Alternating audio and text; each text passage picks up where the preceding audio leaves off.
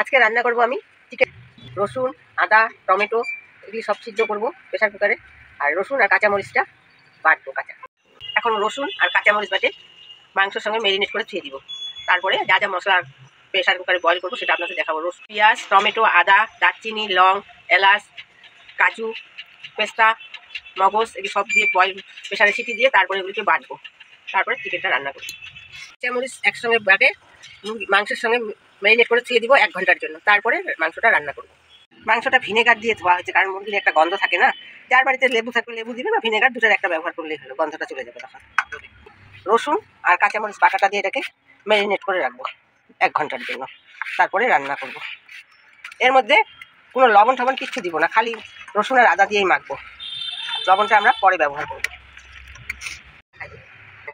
পেঁয়াজ, কাজু, পেস্তা, দারচিনি, লং, এলাচ, মগজ, টমেটো এগুলো সব একসঙ্গে প্রেসারে একটা সিটি দিয়ে নামিয়ে ঠান্ডা করে বাটবো একটু সব।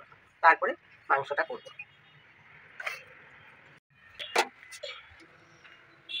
দিয়ে গরম মশলা ফোড়ন দিয়ে দিলাম, ভাজা হোক। জিরা দিলাম, তেজপাতা দিলাম, মেরিনেট করা মাংসটা দিয়ে দিলাম।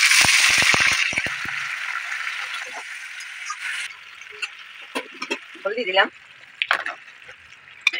পেঁয়াজ, আদা, মরিচ সবগুলো মিক্সড মশলাটা যখন করলাম তখন একটু হলদি দেওয়া লাগছিল, আমি দিতে ভুলে গেছি, আপনারা দিয়ে নেবেন।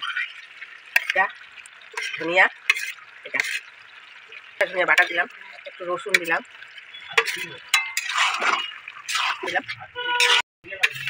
টমেটোটাও দিয়ে দিলাম। সবটা দিয়ে এখন মাংসটা কষাবো। এটা মরিচ বাটা দিয়ে নিলাম। এখন আমি লবণটা দিই, লবণ পরিমাণ মতো।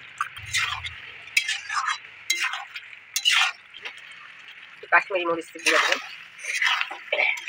একটু মাখন দিয়ে দিলাম। মাংসটা একটু কষা কষা হবে তো, এখন এখানে চিনি দিয়ে দিলাম।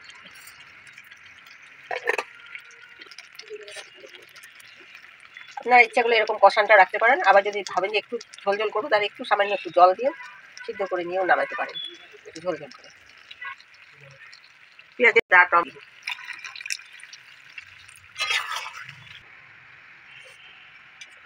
জল সামান্য পরিমাণে দিলাম, ফ্রেশ ক্রিম দিয়ে দিলাম,